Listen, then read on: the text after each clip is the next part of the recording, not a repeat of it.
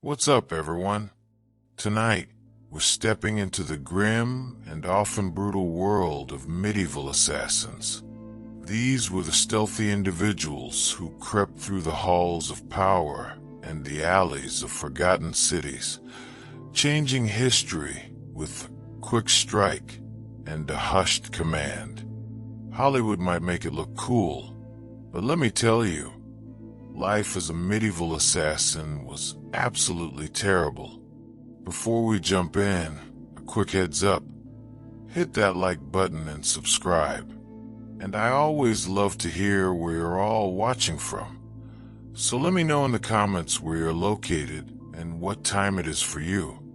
Now, turn down the lights, maybe put on a fan, and let's get into it. Let's be clear. No one in medieval times woke up and said, "You know what?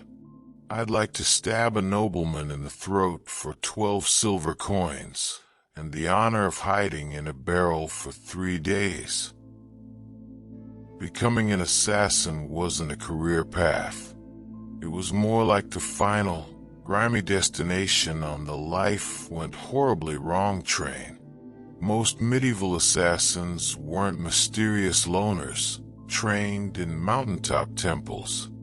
They were desperate peasants, disgraced soldiers, ex-thieves with a decent aim, or people so far off society's radar they could kill a man and still not be noticed in the census. If you were well off, you didn't become an assassin. You hired one. If you had a title, land, or even a goat to your name, you were in management. But if you had just escaped debtor's prison, had a reputation for solving problems, and could sneak into a tavern without being seen, congratulations. Someone somewhere was about to slide a coin purse across the table and whisper a name. And that name wasn't a fun one. You weren't asked to take out Bob the quiet turnip farmer. It was usually a corrupt baron, a bishop with too much gold, or someone with 12 bodyguards and a moat. The pay was tempting, the job horrifying, but by the time someone considered it, they had nothing left to lose. No family, no future, and definitely no dental plan. Plus, let's not forget the absolute lack of job perks. No pension, no glory, no evenings off. You couldn't exactly hang up a shingle that said, "Quiet eliminations by appointment." You just had to stay quiet, move fast, and never, ever tell anyone what you did for a living. Especially not loudly over ale at the inn. "Oh yeah, I'm a traveling carpet seller." The stains. Die. So yes, nobody dreamed of being a medieval assassin. They landed there because the world chewed them up and spat them out, wearing a hood and holding a rusty dagger. You weren't the hero. You weren't even the villain. You were the footnote that made everyone nervous and probably didn't live to enjoy the coin. Let's burst the first myth wide open. Medieval assassins didn't train under candlelight in some hidden monastery with wise mentors and inspirational flute music in the background. There was no montage, no teacher, no pep talk. If you learned anything, it was by not dying the first few times you tried. Most assassins weren't trained professionals. They were desperate amateurs with a decent sense of direction and the ability to climb quietly without sneezing. If you had military experience, great. That meant you knew how to hold a knife properly and the quickest way to end a fight. But even then, military combat was a chaotic, loud affair with swords and shields. The job of an assassin was the exact opposite. Silent, precise, and over in seconds. If not, well, stabbing someone is fairly intuitive, But escaping afterward with both kidneys still intact? That takes skill or luck. Usually just luck. There were no manuals, no guild orientation meetings, no safety briefings. You didn't get taught how to spot a body double or where nobles keep their bedroom exits. You figured it out while hanging from a windowsill, wondering if you'd just crept into the servants' quarters again. Poison. That was trial and error, with heavy emphasis on the error. Sometimes it worked. Sometimes your target just got mildly dizzy and more suspicious of his soup. Sometimes you drank the wrong cup yourself. There was no medieval poison control hotline, just hope, herbal guesswork, and a strong stomach. Sure, if you were lucky, and I mean lottery lucky, you might have picked up some skills from thieves or mercenaries. Maybe an older assassin, if one was around long enough, showed you how to walk without squeaking on cobblestones or how to listen for the shifting of guards. But mentoring wasn't standard. It was rare and short-lived because assassins don't retire. They disappear. Weapons training. Forget it. You weren't carrying a broadsword. You had a dagger you stole off a guard. Maybe a garrote if you were feeling fancy. And whatever else fit under your cloak without jingling. So no, you weren't some shadowy martial arts master. You were a guy with calloused hands, quiet footsteps, and a deeply unhealthy relationship with alleyways. Success didn't come from training. It came from survival. You learn how to kill by doing it quickly, sloppily, then vanishing before anyone could sketch your face and tack it to a church door. In short, your education was brutal, practical, and offered zero graduation ceremonies. Just bruises, blood stains, and the creeping realization that you were very much on your own. Let's talk about why you became an assassin in the first place. Coin. Cold, heavy, jangly, deliciously spendable coin. The promise of it is what got you into this. But the reality? You got paid in lies. When someone hires an assassin, they don't want a long-term relationship. They want a one-time service, no paperwork, and ideally no witnesses, including you. They offer you a pouch of silver, half now, half when the job is done. That's if they're feeling generous. But here's the thing. When the job is done, is code for after we verify you didn't mess it up or make us look bad or leave a trail that leads back to us or survive long enough to tell anyone about it. So you do the job. You sneak through shadows, risk your life, maybe kill a baron in his sleep. Not pretty, not poetic. And when you return, a chilling reality often sets in. Your client's guards greet you instead of the client themselves. Ah yes, about that payment. And then the steel gleams. Or perhaps the client is there, but their generosity has vanished. The treasury is empty. Terribly sorry. Or worse, they try to kill you. A knife to the gut is cheaper than a bonus. And even when you do get paid, it's never quite enough. Not for the risk, not for the blood, not for the 3 days you spent hiding in a haystack with fleas and moral regret. You get a handful of coins, a curt nod, and a chilling reminder. You were never here. Also a fun fact, some contracts were fake. Political traps. You'd be told to assassinate someone dangerous, only to find out it was a decoy with guards waiting. Congratulations. You just walked into a sting operation with your name already carved on the gallows. And even when the deal was real, you couldn't exactly go to court and file a complaint. Your Honor, I'd like to sue Lord Edmund for breach of assassin contract. The only court you'd see was the one where you were the exhibit, so you learned to take what you could, demand payment up front, and trust absolutely no one. Not even the greasy little scribe who swore this job would change your life. It did, mostly by shortening it. Being an assassin meant living on broken promises and vanishing before they broke you. So you've taken the job. You've been lied to about the pay. You're probably going to die. Now let's talk gear. Forget the fantasy novels and sneaky video games. There were no retractable wrist blades, smoke bombs, enchanted daggers, or crossbows that folded neatly into your boot.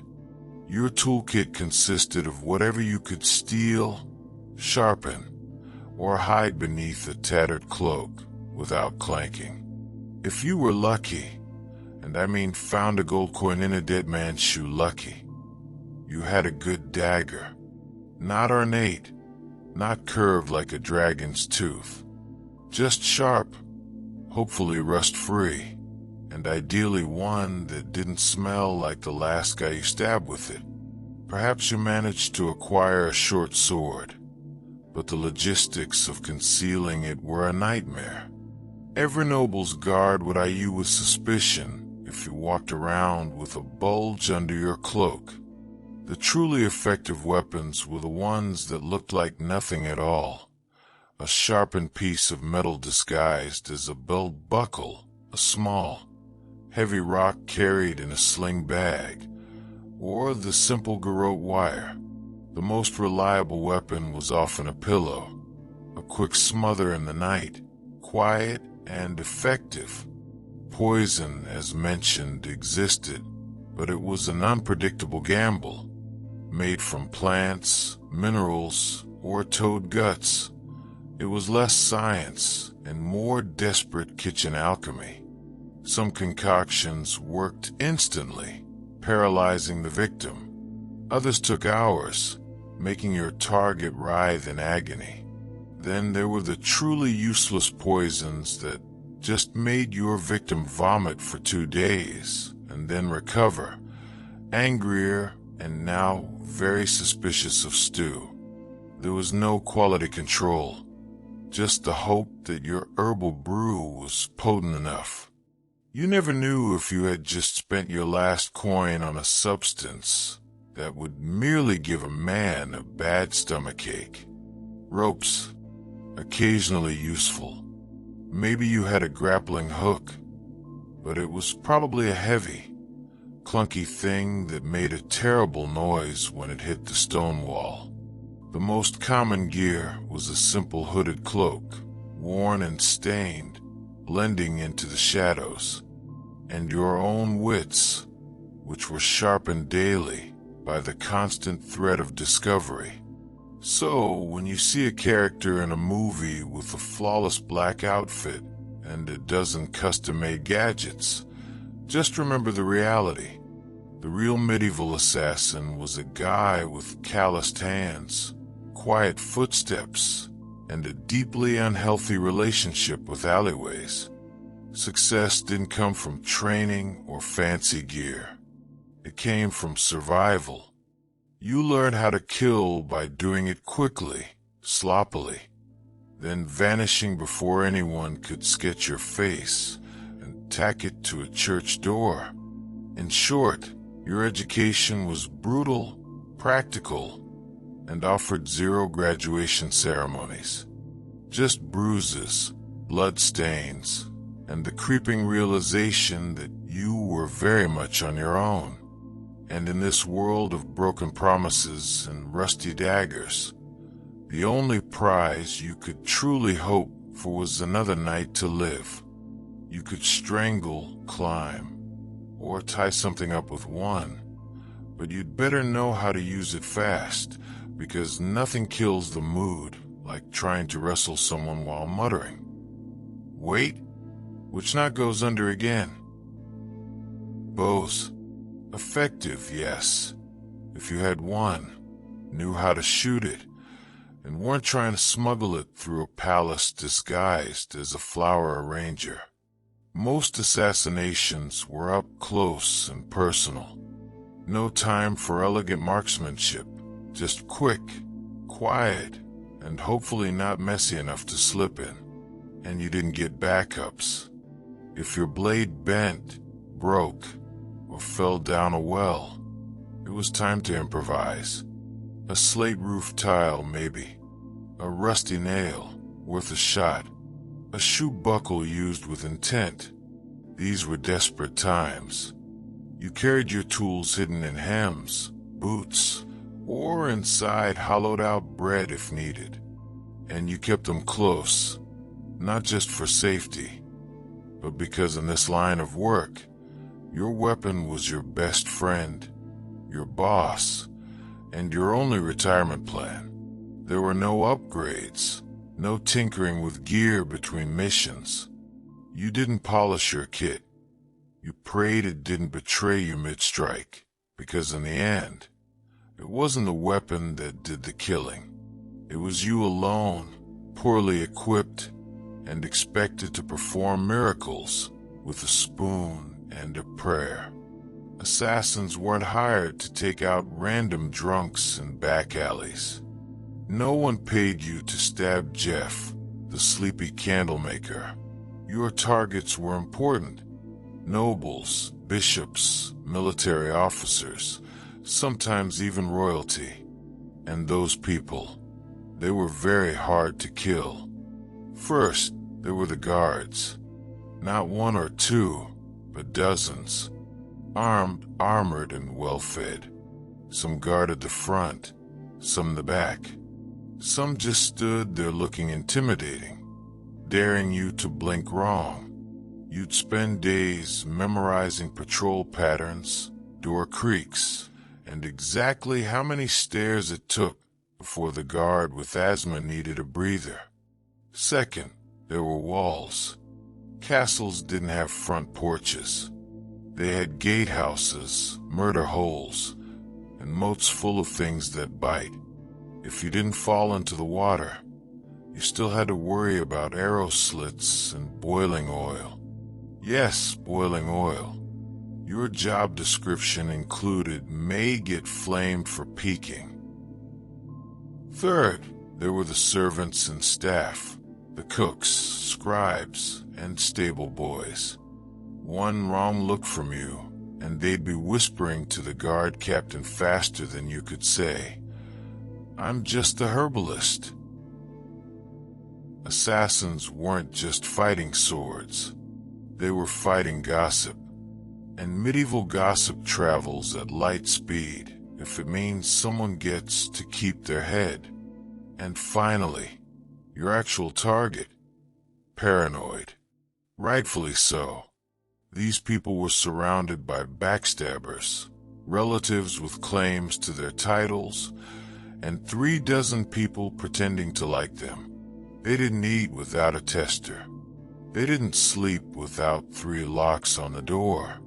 Some even slept in decoy beds or rotated rooms, like a deadly version of musical chairs. And don't get excited if you hear they're attending a feast. Yes, they'll be drunk, but so will you.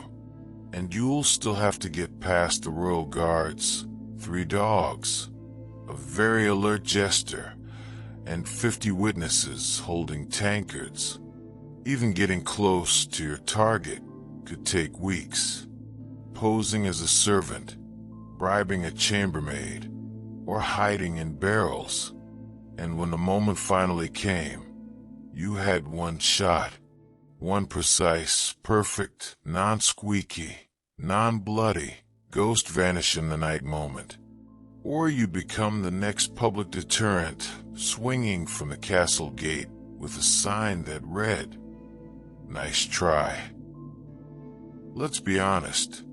When you picture a medieval assassin, you probably imagine sleek black robes, leather braces, maybe a mysterious hood billowing in the moonlight. Reality? You looked like a sick goat herder with something to hide. Disguises in the Middle Ages weren't exactly high fashion. You didn't have custom-tailored cloaks or retractable armor. You had whatever you could scavenge. Peasant rags, a monk's robe 2 sizes too big, or the remains of a guard uniform that definitely still smelled like its previous owner. The goal was to blend in, but blending in meant looking like everyone else who hadn't bathed in 2 weeks, limped from old injuries, and had a nervous twitch from malnutrition. You didn't look suspicious because of your cloak. You looked suspicious because you kept adjusting your belt to hide a dagger wrapped in cheesecloth. And forget masks. There were no options from a medieval Guy Fawkes. Most face coverings just made you look like a leper, which was great for avoiding conversation, but terrible for entering parties. If anyone asked who you were, you had to think fast. I'm Brother Tobias. I take care of silent prayer and rooftop maintenance. Even assuming you made it past the guards, noble households weren't full of idiots. Servants noticed unfamiliar faces, especially ones that fumbled chamber pots and couldn't name the cook's cat. You were always one, I've never seen you before, away from being clubbed with a candlestick. And if your disguise did work, congratulations.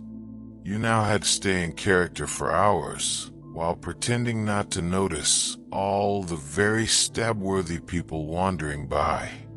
Also wigs. They didn't exist. If you needed to look older or younger, you were stuck smearing dirt on your face, squinting, and hoping no one got close enough to notice that your beard was glued on with honey. The truth was, your disguise didn't protect you. It gave you maybe 5 minutes of confusion. After that, you had to be gone, invisible, or very, very convincing. And if anyone saw through it, well, let's just say no one wants to be the assassin caught in the bishop's laundry room wearing a nun's habit and holding a sword, especially not on a feast day. In medieval times, if you were an assassin, you didn't have a team. You didn't have a sidekick with a crossbow, a clever alchemist in a secret lair, or a handler who gave you coded scrolls and warm encouragement. You had a rusty dagger, and crippling trust issues.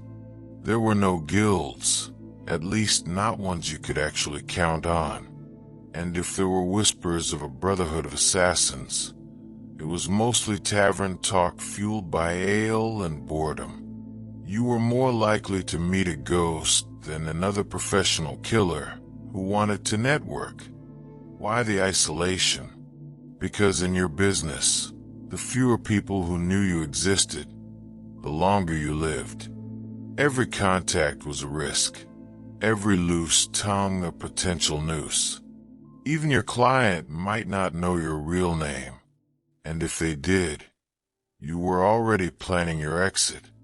Companionship, laughable. Friends asked questions. Lovers noticed bruises, blood stains, and why you always slept with a blade under the pillow. You couldn't settle down. You couldn't afford to. One mistake, one person recognizing you in a market, and your whole life turned into a sprint for the nearest sewer grate. Even fellow criminals kept their distance. Thieves and smugglers were sociable. You were that guy who makes people disappear. They feared you, or worse, saw you as a walking liability. No one wanted to share stew with someone whose occupation could attract a mob with torches. And don't expect sympathy. You couldn't tell anyone how hard it was to sleep after silently strangling a corrupt bishop. If you talked about your job, people assumed you were either lying or dangerous, and they weren't wrong. So, you kept your secrets, your scars, and your weapons to yourself. At inns, you sat in the darkest corner, back to the wall, eyes always scanning the door. You never drank too much. You never stayed more than a night. You didn't say your name unless someone paid you first. And even then, it probably wasn't your real one. Being a medieval assassin meant perfecting the art of vanishing, not just in a crowd, but from every life you never got to have. Let's say you took the job. You planned your route. You bribed the right doorman. You disguised yourself as a very convincing chimney sweep. And then you froze.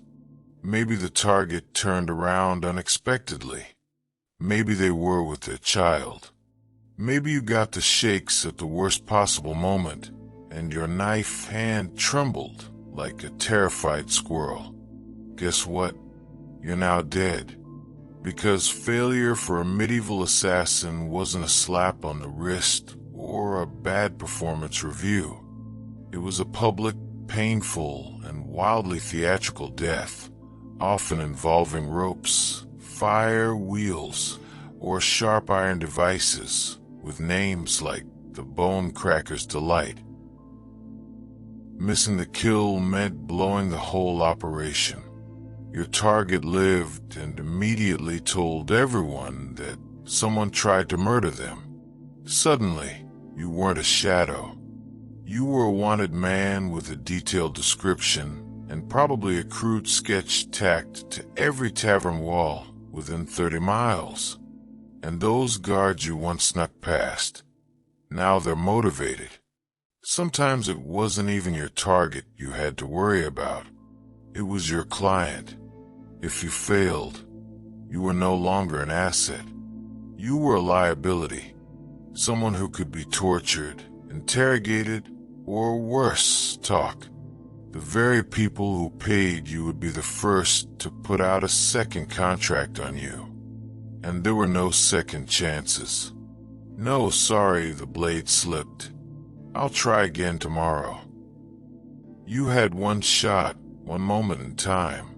And if you blew it, the best you could hope for was to die quickly before anyone found out who hired you. Failure also meant shame. The silent, humiliating kind. You didn't just fail to kill. You failed to be invisible. To be perfect. And for assassins, perfection was survival. Anything less might as well paint a target on your back and start practicing your final word speech. It didn't matter how many jobs you'd done before. No one cared that you succeeded 12 times. Because in this profession, you're only as good as your last kill. And if your last kill didn't happen, you'd better start running. So you did it. The plan worked. The dagger struck true. No screams, no guards, just a clean drop to the floor and a very important person who now wasn't. Congratulations. Now run for your life. Because being a successful assassin in medieval times didn't mean sipping wine on a rooftop while the city burns behind you. It meant fleeing through back alleys with someone's blood on your boots and a dog already sniffing your trail. There was no victory lap, no post-job drink with colleagues, no casual debrief with your client. You didn't even get a moment to admire your work. The moment your blade struck, your new job became escaping everyone who now wants to murder you in increasingly creative ways. Guards coming, doors locked, Horses tied up on the other side of town. You're probably bleeding.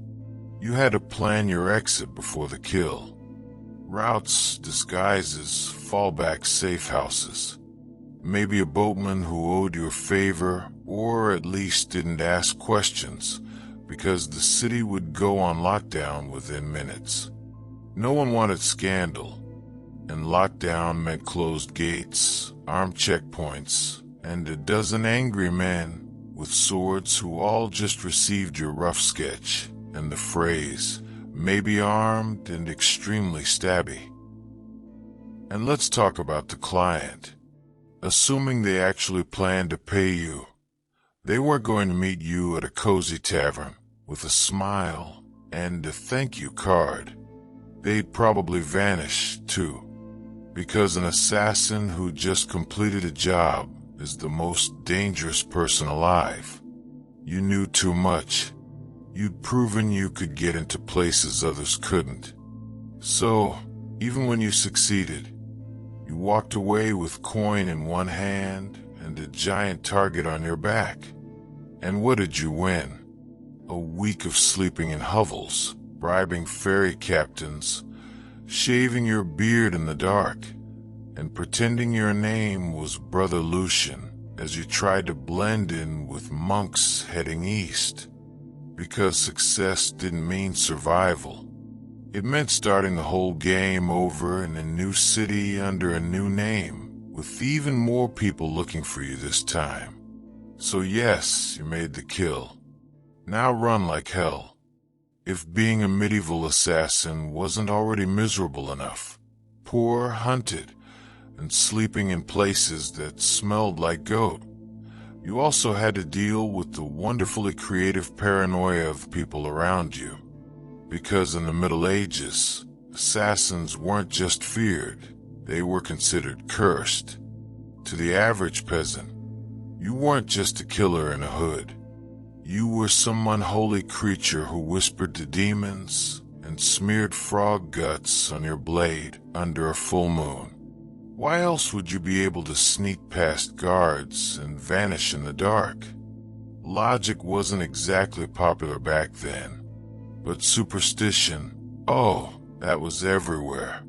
Some believed assassins could shapeshift. Others claimed you were invisible unless bathed in holy water. One popular tale suggested assassins made pacts with forest spirits and could breathe death through walls. Imagine walking through a village and hearing a woman mutter, "Don't make eye contact. He might hex the baby." Even your tools were suspect. Carrying a dagger? Clearly, it was forged in a cursed forge. Using poison? That wasn't chemistry. That was witchcraft. And you probably stirred it with a severed toe under a blood moon. You'd think this fear might help you. After all, people avoided you, right? But the reality was worse.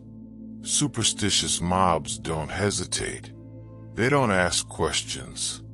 They throw stones, set fires, and shout things like, "Burn him before he calls lightning." Your reputation made people overreact. The second someone died unexpectedly, illness, accident, choking on a chicken bone, someone would whisper, "Maybe it was a shadow man. Maybe it was him." You could be hunted just for existing in the same village as a suspicious death. That meant you had to keep moving. Always. Stay too long and suddenly a priest is ringing a bell while 5 angry farmers hold pitchforks like they've been waiting for this moment their entire lives. And heaven help you if you were caught with anything remotely weird. Dried herbs, strange coins, or even a foreign accent. That's all it took for someone to shout "sorcerer" and light a torch. In a world that believed monsters wore human faces, being too quiet, too clever, or too fast made you a threat. And in medieval logic, Threats had to die quickly and preferably on fire. You'd think that if you successfully changed the course of history by removing a tyrant, sabotaging a royal bloodline, or silencing a political threat, someone would remember your name. Nope, you were an assassin. That meant your name was never meant to be remembered. At best, you were a rumor, some hooded figure, a foreigner with cold eyes, or the quiet man who never finished his ale. You might have pulled off the most legendary hit of the century and still ended up as a mysterious death in the official record. In fact, that was the point. Your client didn't want a story. They wanted plausible deniability. The fewer people who knew who did it, the safer they were, and the less likely they were to end up poisoned by their own assassin. So, your name was buried the moment the job was done. If you even used a real one, you didn't sign your work. You didn't brag. You didn't keep trophies. You didn't exist outside the moment of the kill. And if someone did know your name, that was a loose end. And in your profession, loose ends had a very short shelf life. And forget about honor. There were no medals for silence. No stone monuments for the man who stopped a war with one dagger in the night. If a noble wanted a statue, they commissioned one for themselves. You got a wooden box, an unmarked grave, or if things went really badly, a head on a spike-labeled traitor. Sometimes your name was known only so it could be cursed. You'd become a whispered warning. Don't cross the king. Remember what happened to Lord Ulrich? Yes, and the man who did it, gone like a ghost. That was your legacy. Not fame, not fear, just absence. You weren't supposed to leave a mark. You were supposed to vanish. And if you stuck around long enough to be known, that was a fatal mistake, because in the medieval world, heroes got remembered, assassins got erased. So you survived. You got the job done. You even managed to get paid. A miracle in itself. Now all you have to do is lay low, keep your head down, and trust that your client will honor the deal and protect your identity. Right? Wrong. Because in the world of medieval assassination, there was one rule even more sacred than don't get caught. Never trust anyone, especially the person paying you. Your client, be they a noble, a merchant, or a bishop with ambition and very loose morals, didn't hire you out of respect. They hired you because they needed something awful done, and you were the sharpest tool in the shadows. Once the job was complete, you became a liability. You knew too much. You knew who wanted who dead, when, why, and possibly how much they were willing to pay for it. That made you dangerous, not just to their enemies, but to them. So what did they do? They ghosted you. They denied they ever met you. Or worse, they sent someone else after you to clean up, to tie off the contract with something sharper than ink. There were even cases where clients double-booked, hiring one assassin to do the job and another to kill the first one immediately after. No refunds, just reduced risk. And if you dare try to blackmail a client, threaten to expose them, that was bold, and also your final mistake. Because powerful people in the Middle Ages didn't negotiate with assassins. They crushed them.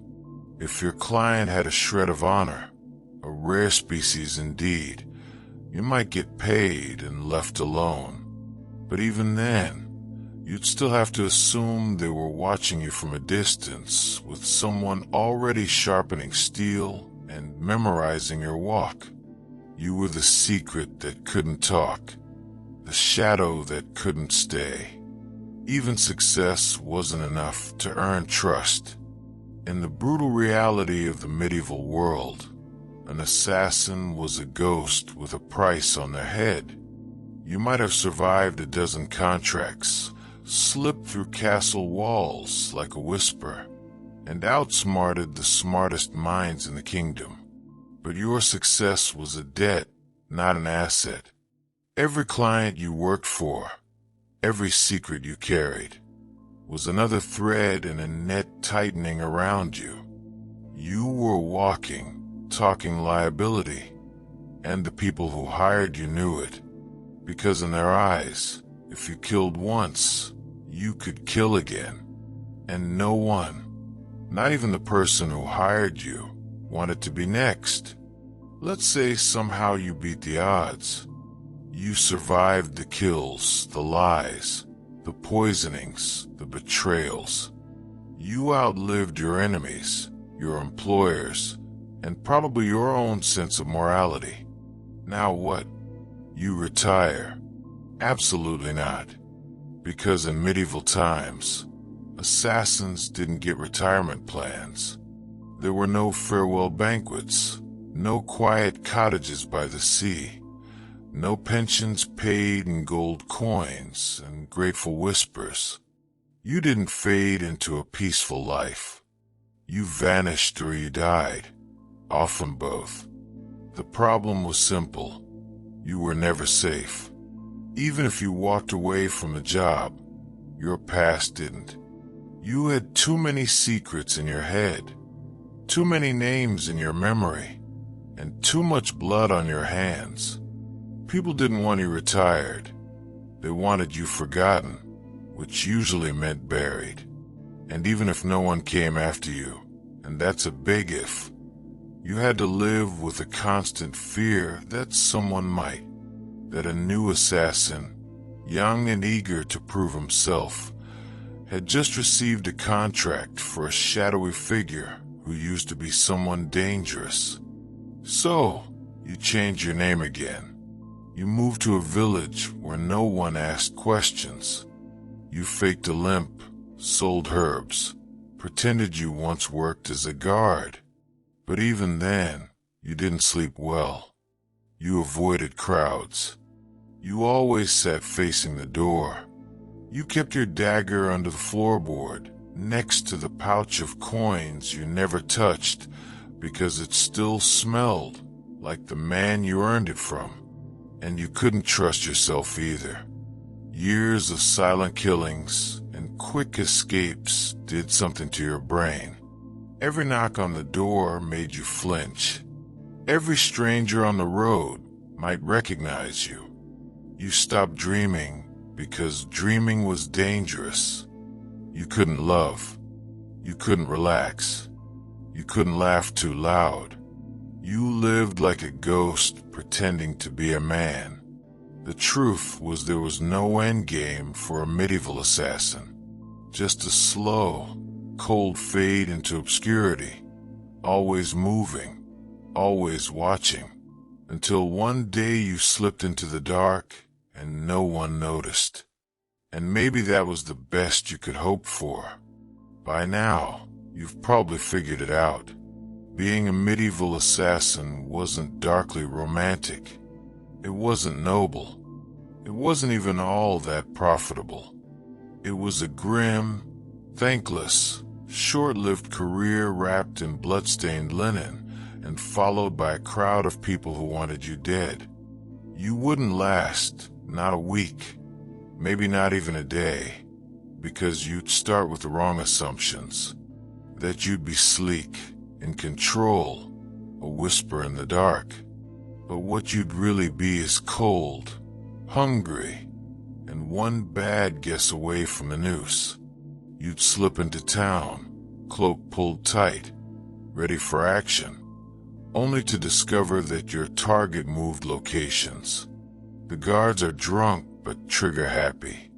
and the stable boy you paid for information just sold you out for a mug of ale and a piece of bread. You'd freeze at the wrong time, stab the wrong guy, get spotted by someone's maid who once saw your face near the chapel, and suddenly you're not a shadow. You're the problem. Then what? You run. But you're not used to medieval terrain. The mud, the uneven cobblestones, the absolutely insane number of loose chickens in the street. You slip, fall, get tackled by a guard named Thomas who just got dumped and is looking for an outlet. And let's say you survive that. Then you deal with the aftermath. No allies, no honor, and no future. Just whispers, suspicion, and the growing realization that even if you succeed, the best you can hope for is to die old and alone, hiding behind a false name in a village that still believes in fairies. So no, you wouldn't last. And frankly, you shouldn't try because the assassin's life wasn't cool. It was a cruel machine that chewed people up and spat out nothing but shadows. It offered power without peace and purpose, without a place in the world. You didn't make history. You erased yourself from it. And the only thing waiting for you at the end was silence. A silence no one would question, because no one even remembered you were there in the first place. Before she was the feared queen of Macedonia, Olympias was known as Mertale, a Meletian princess from the rugged tribal lands of Epirus. Her people claimed descent from Achilles himself, and whether or not the blood of heroes truly ran in her veins, one thing was certain. This was not a woman born for the sidelines of history. From a young age, Myrtle was steeped in mystery and ritual. Her upbringing was shaped not just by politics, but by prophecy, ecstatic rites, and a reverence for the ancient gods. She wasn't the type of princess who smiled and embroidered tapestries. No, she was drawn to serpents, omens, and the frenzied ceremonies of the cult of Dionysus, where women danced barefoot in the moonlight and called upon the divine in states of trance. Her connection to the gods wasn't performative, it was personal. She didn't merely worship, she embodied. According to ancient sources, likely written by men both terrified and enthralled, she kept sacred snakes in her chambers and even allowed them to coil beside her in bed. Whether this was a literal fact or the kind of slander that powerful women attract like flies, we'll never know. But it stuck. To her allies, it made her divine. To her enemies, it made her dangerous. Her real power began not in a battlefield or throne room, but in the uneasy flicker of torchlight, among the whispers of priestesses and the curling bodies of serpents. She wasn't just a princess. She was a living oracle, a woman touched by something older than politics and colder than steel. So when Philip II of Macedon, brutal, brilliant, and famously horny, arrived at the island of Samothrace for a religious initiation, he didn't just meet a beautiful princess. He met a mystery he couldn't resist. Their marriage wasn't just a political alliance. It was a collision of prophecy and power. And from the very beginning, it was full of omens. Some said lightning struck the sky on their wedding night. Others claimed Olympias dreamed of a thunderbolt entering her womb. All of it would become legend. But one thing is certain. The union of Olympias and Philip didn't just create a child. It created Alexander the Great, and she intended to shape his destiny from the very first breath.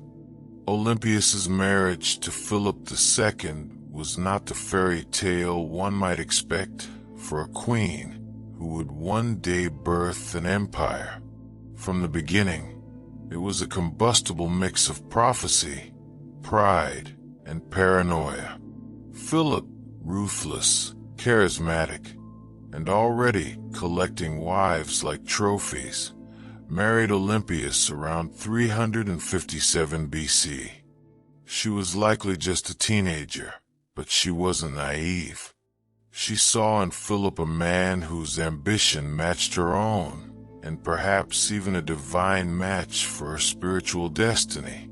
Macedon wasn't exactly an easy kingdom to walk into. It was a land of iron and ambition where kings were killed by cousins and brothers turned into rivals overnight. But Olympias, the priestess of Epirus, walked in with her head held high and eyes already on the crown. Their marriage was rocky from the start. Philip, for all his political genius, was not built for monogamy. He would go on to marry multiple women, often for alliances, always for power. But Olympias wasn't one to sit quietly in the shadows. She held her own court, maintained her own alliances, and was known to turn to oracles and rites to divine her future, and perhaps Philip's fate. Then came the birth of Alexander. Even that was wrapped in celestial drama. Legends say Olympias dreamed that a thunderbolt struck her womb and that flames danced around her child without burning him. Philip reportedly had a vision of sealing his wife's womb with a lion. Yes, a literal lion. Whether they believed these visions or invented them, they certainly acted as if Alexander was destined to rule not just a kingdom, but the world. But even as the child was celebrated, cracks in the royal marriage deepened. Olympias resented Philip's other wives, especially his Macedonian bride, Cleopatra Eurydice, whom he married later in life. This was more than a domestic issue. It was a threat. Cleopatra was Macedonian-born, and any son she bore would be purer in the eyes of the local nobility. A direct threat to Alexander's future. Olympias saw it clearly. The palace wasn't just a home. It was a battlefield, and she would use every snake, dream, ritual, and whisper she had to make sure her son wasn't just remembered, but crowned.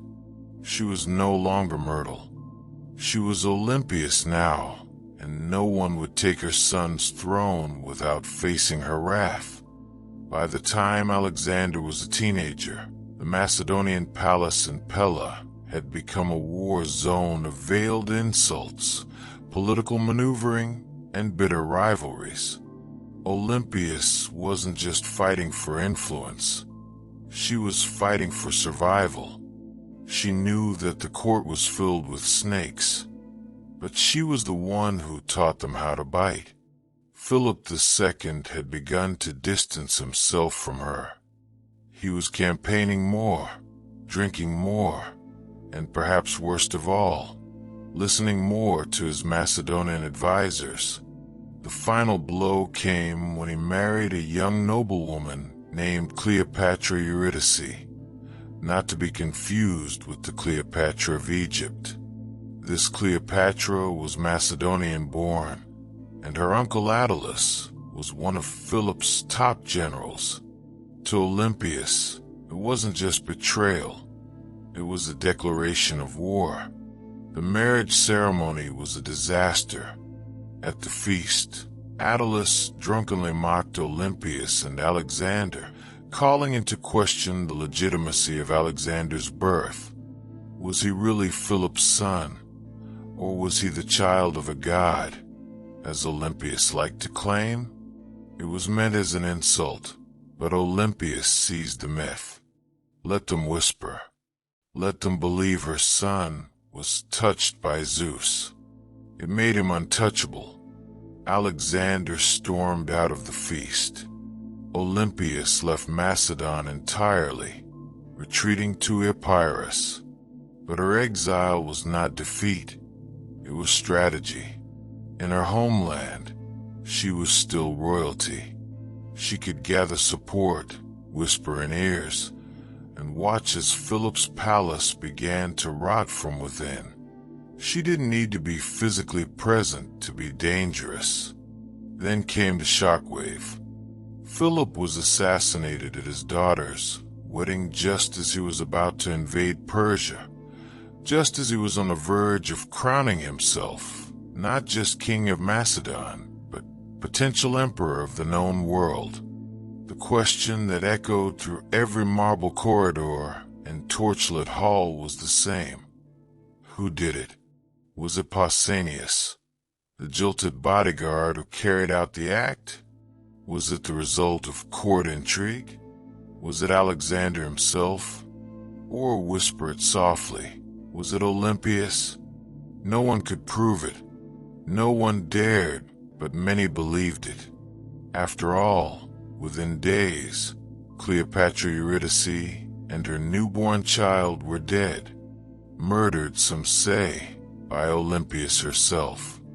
The serpent had returned to the palace, and now nothing stood between her son and the throne. With Philip dead and Macedon in mourning or confusion, Olympias made her move. While others scrambled to understand the chaos, she acted swiftly, brutally, decisively. First, Cleopatra Eurydice, the young Macedonian queen and rival wife, was eliminated. According to chilling accounts, Olympias didn't just have her killed. She made her death symbolic, public, humiliating. Some say Cleopatra was forced to hang herself after watching her infant daughter be murdered. Others claim Olympias had the child thrown onto a funeral pyre. What's agreed upon is this: no mercy was shown. Olympias understood what many mothers in ancient courts refused to accept. In a royal palace, mercy is a liability. A rival child, no matter how small, is a future war. And Olympias was done playing defense. With Cleopatra and her bloodline erased, she could turn her attention to securing Alexander's throne. Her teenage son, bold, brilliant, already trained by Aristotle, was declared king without serious opposition. But don't be fooled. It wasn't just his charisma or his father's legacy that made it possible. It was Olympias. She knew which generals to threaten, which nobles to flatter, and which enemies to quietly remove. She wasn't just protecting her son's rise. She was engineering it. Alexander himself didn't always approve. He reportedly disapproved of the violence against Cleopatra's family. But he also didn't stop it, because deep down he knew what Olympias had always known. Power demands blood, and in Macedon, bloodlines were both a blessing and a curse. With her son now king, Olympias began to recede slightly from public life. But this was no retirement. She simply shifted from open strikes to whispered influence. As Alexander prepared to launch his conquest of Persia, she remained behind, not as a passive queen mother, but as the spiritual guardian of his destiny.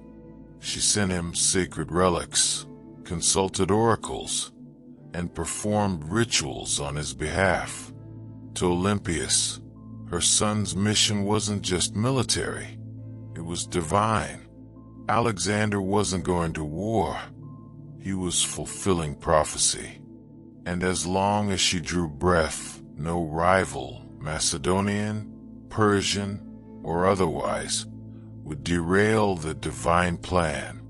She had crowned her son. She had cleansed the palace. Now she would guard his empire from behind the curtain with teeth bared. As Alexander marched east to conquer the known world, Olympias remained behind in Macedon, a queen without a throne but not without power. Her official title was Queen Mother, but make no mistake, she ruled in all but name. Though regency was technically handed to Antipater, one of Alexander's trusted generals, Olympias refused to be sidelined. She wrote letters to her son constantly, advising, warning, sometimes chastising him. These weren't the sweet letters of a doting mother. They were political briefings laced with oracles and venom. And Alexander, thousands of miles away, read every word. She reminded him who his true enemies were. She questioned the loyalty of his companions. She criticized his fascination with Persian customs, his choice of wives, and his flirtation with calling himself a god. No one else dared say these things to him, but Olympias was never afraid to speak as a mother or a priestess of divine will. Back in Macedon, Antipater grew increasingly resentful. Olympias undermined him at every turn. She used her status, her religious authority, and her family ties to stir opposition against him. She had influence in Epirus, in Thessaly, and among the aristocracy. She could spread rumors like wildfire, and with Olympias, a whisper could be deadlier than a sword. Meanwhile, her letters to Alexander became more urgent. She warned him of Antipater's ambition, painting him as a second Philip, ready to betray and usurp. Whether she truly believed it or simply feared losing her grip, she kept pressing her son to act. Alexander, however, hesitated. He needed Antipater to keep order in Greece while he fought in Asia, and so the rift between mother and general widened. Olympias watched. She waited, but beneath her religious robes and maternal concern, she was growing impatient. She hadn't endured years of palace warfare to be ruled over by an old soldier. As Alexander's empire stretched from the Aegean to India, Olympias saw cracks forming. He was taking on too much, trusting too many foreign advisors, and drifting away from the mother and the gods that made him. She believed his victories came from divine favor and from her. And if he forgot that, well, Olympias knew how to remind kings who they really were, even if that king was her own son. When news of Alexander's death in Babylon reached Macedon in 323 BC, it didn't arrive like the trumpet. It arrived like a dagger. For Olympias, it wasn't just the loss of a son. It was the collapse of a world she had spent decades building. Her boy, the divine storm she had prophesied, raised and unleashed, was gone. And he left behind no clear heir, no single successor, only chaos. The mighty empire he carved out was already fracturing. Generals, his so-called successors, were already dividing it up like jackals around a corpse. Antipater still held power in Macedon and Greece, and he had no love for Olympias.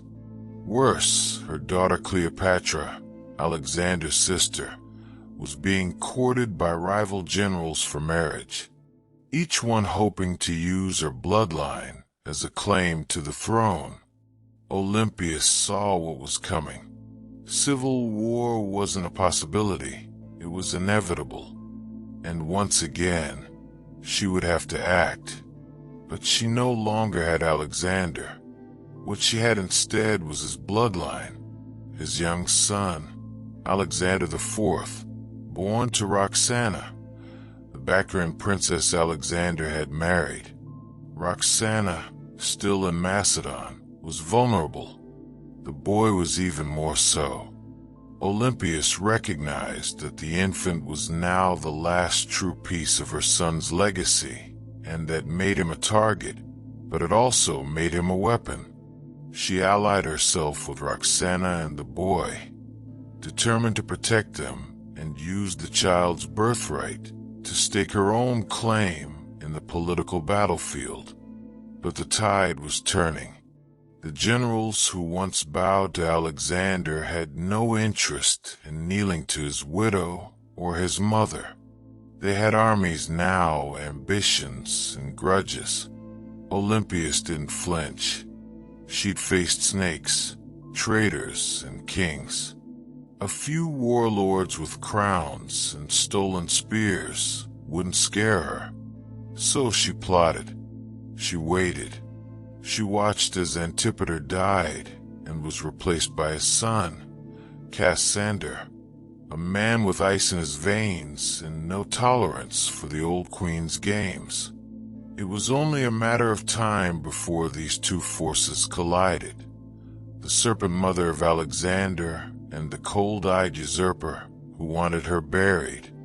Alexander was gone, but his shadow was still moving, and Olympias was still coiled within it, ready to strike.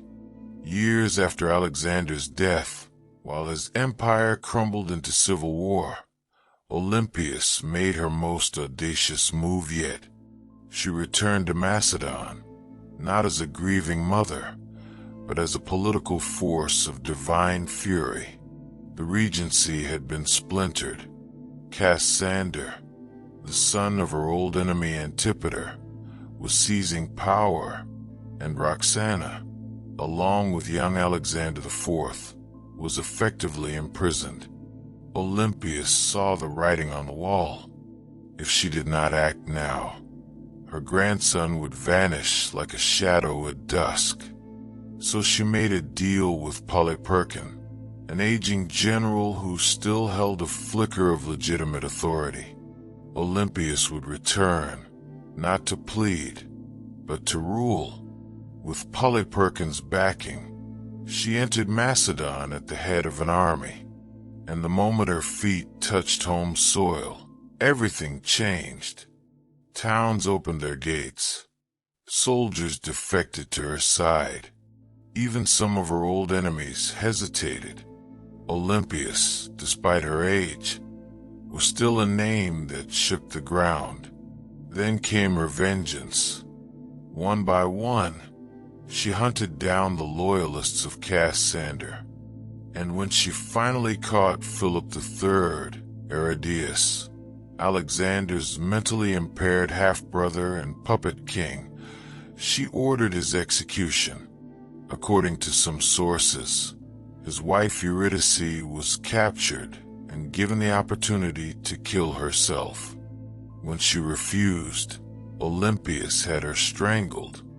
It was brutality veiled in royal protocol, and Olympias, ever theatrical, staged the scene like a goddess delivering justice.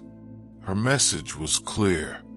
Only the bloodline of Alexander had the right to rule. Everyone else was a pretender. For a brief, burning moment, Olympias held the kingdom in her grip. She had restored the dynasty. She had avenged betrayals.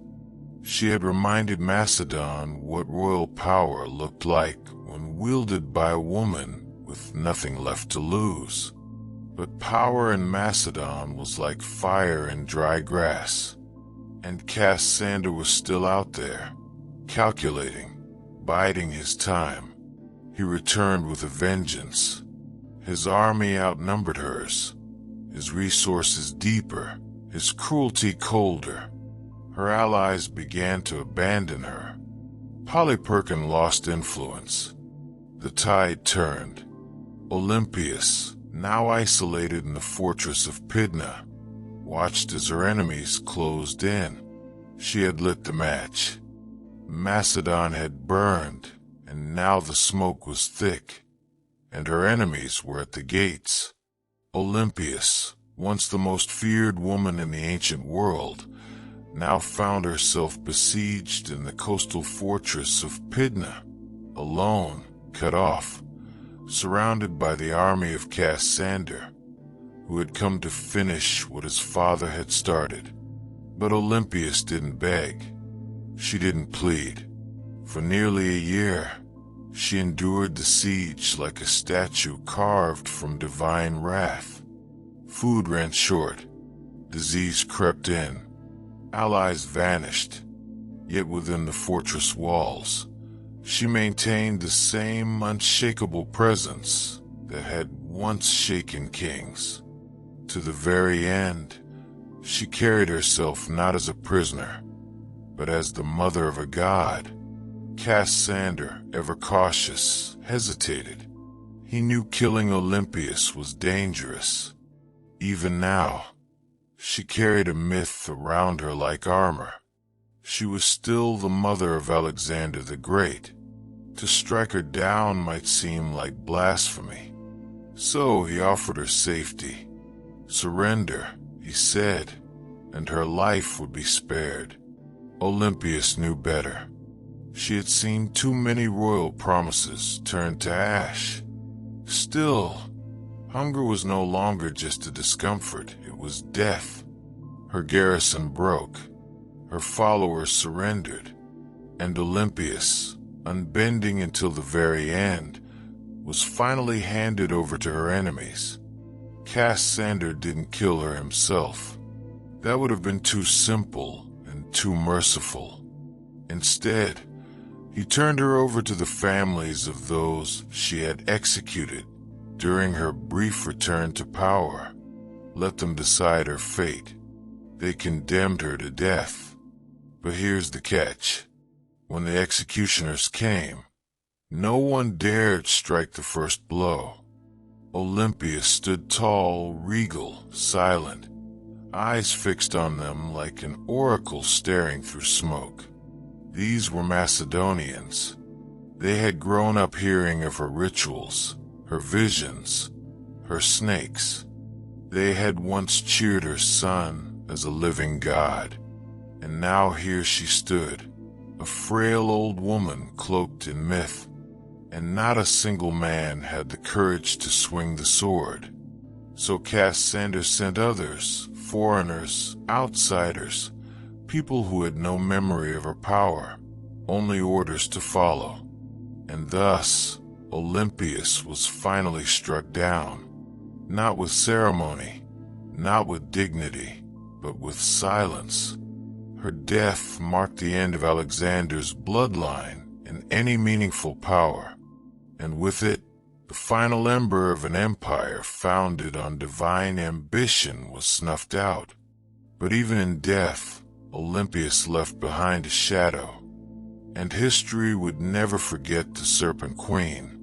Olympias died not on a throne, but in the dust, unarmed, abandoned, and executed by the very people she once ruled.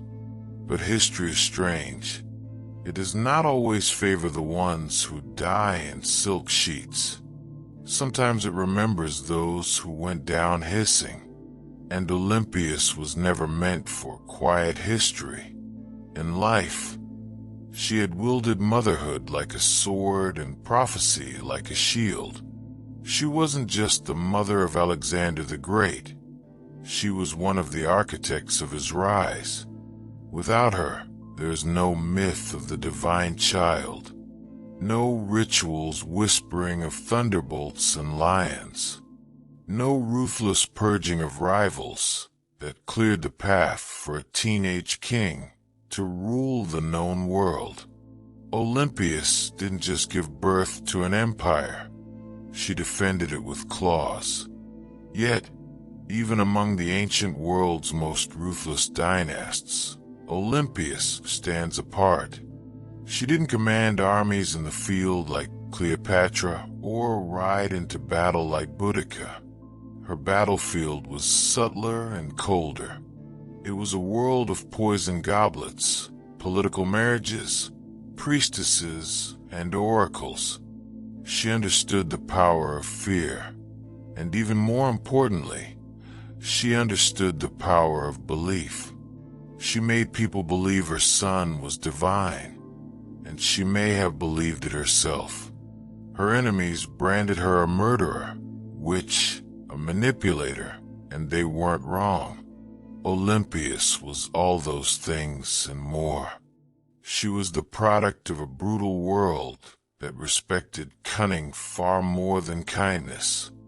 And she learned early that mercy was a luxury queens couldn't afford. In the centuries that followed, she was both vilified and mythologized. Some called her a villain, others a visionary. But no historian, ancient or modern, could call her irrelevant. She haunted the legacy of Alexander like a phantom, always in the background, always just behind the curtain. And maybe that's exactly where she belonged, not as a tragic mother or a footnote in a king's story, but as a story unto herself. The woman who wrapped herself in prophecy, slept beside snakes, and outlived gods.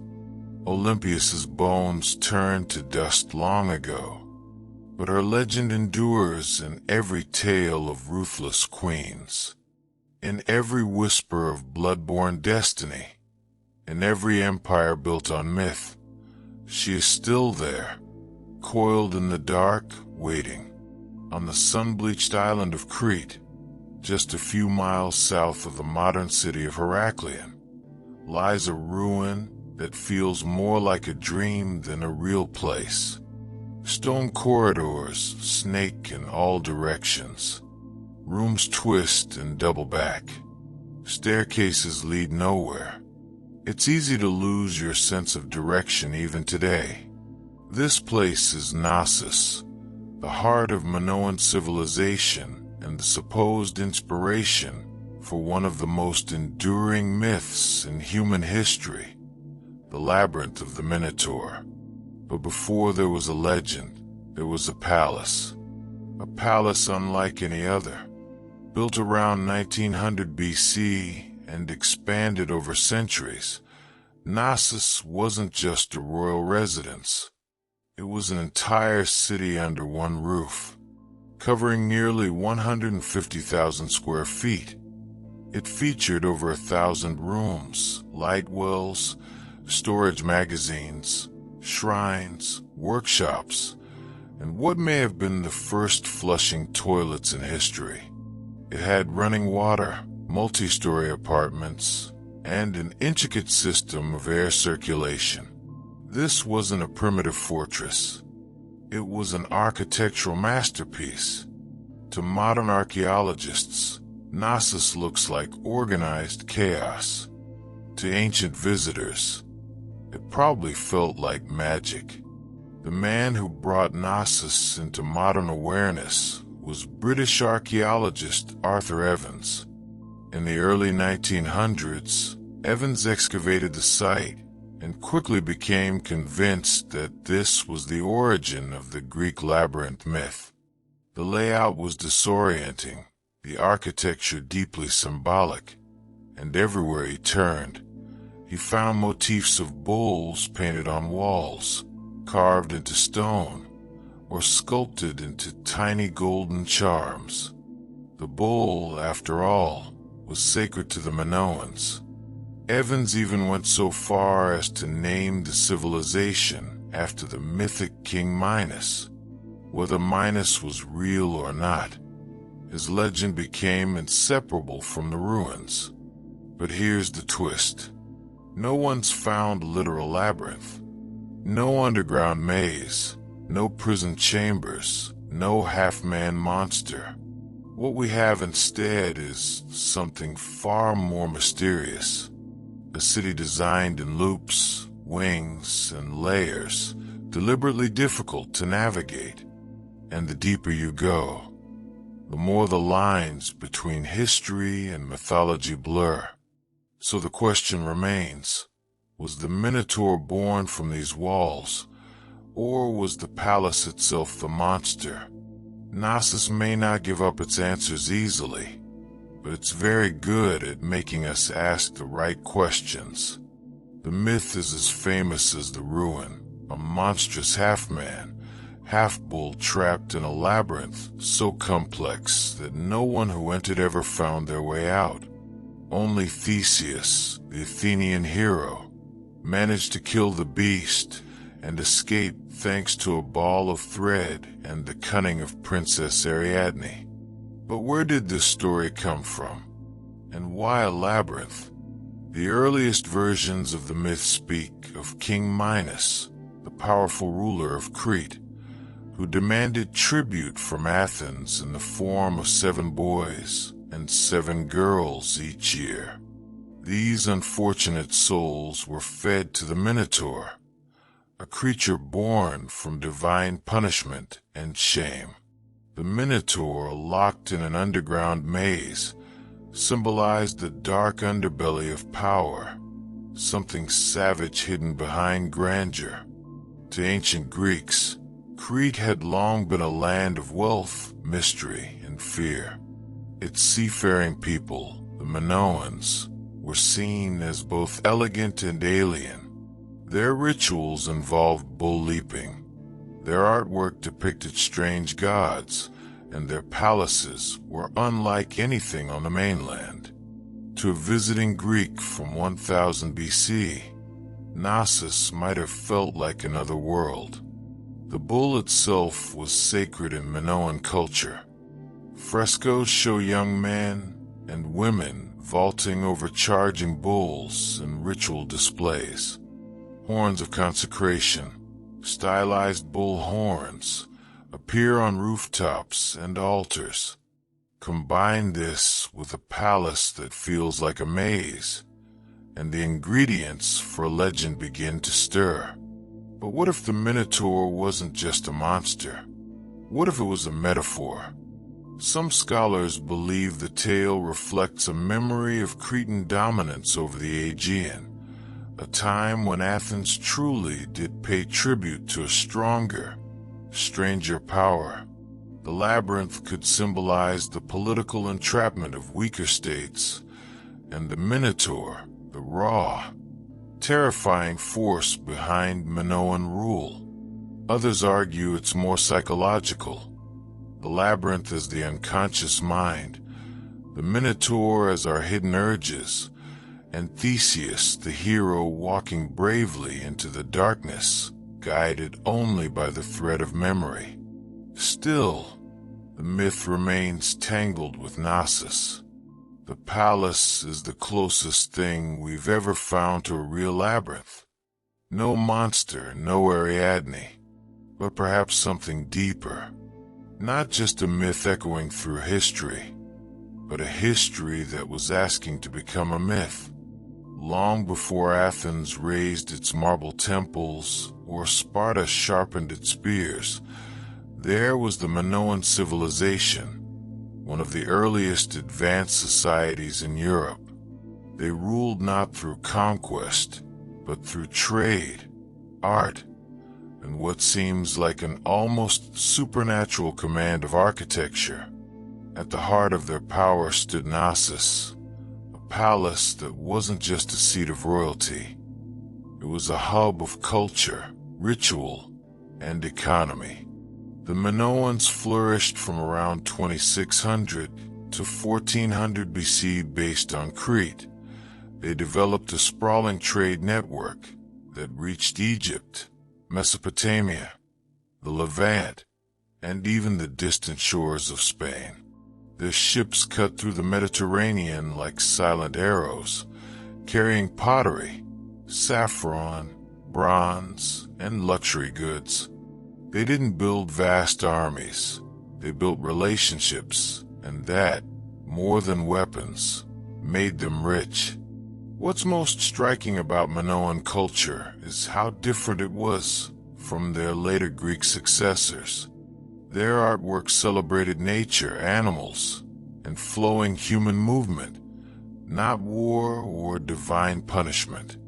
Frescoes showed dancers, dolphins, and athletes vaulting over bulls. Even their goddesses are different. Powerful, bare-breasted figures often holding snakes, symbols of fertility, transformation, or protection. At the center of it all was Knossos, not a fortress on a hill, but a complex in a fertile valley. It had no massive defensive walls, suggesting the Minoans either felt secure on their island or projected enough power to make defense unnecessary. Their confidence was architectural. Multi-story buildings, colonnaded courtyards, and advanced plumbing systems hinted at a society far ahead of its time. And yet, for all their sophistication, the Minoans left behind no deciphered written records. Their primary script, Linear A, remains unreadable to this day. We don't know what they called themselves. We don't know what their kings believed, what prayers they spoke, or what truly happened behind the walls of Knossos. All we have are their ruins, their art, and their influence, absorbed later by the Mycenaeans and echoed in Greek myths. The Minoans were not just builders of palaces, they were architects of mystery. And Knossos wasn't merely a building. It was the beating heart of a civilization that shimmered for a moment like sunlight on the Aegean and then vanished. But some say their echo still wanders the maze. To walk through Knossos is to walk through time. Layered, confusing, beautiful time. It's not just the scale that overwhelms you. It's the design.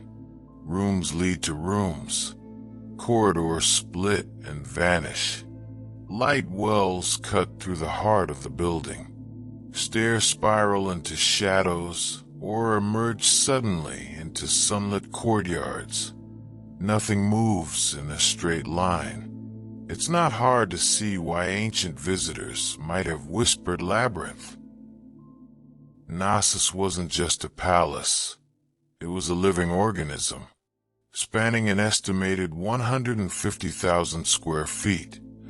The complex contained over 1,000 chambers, some tiny, some grand.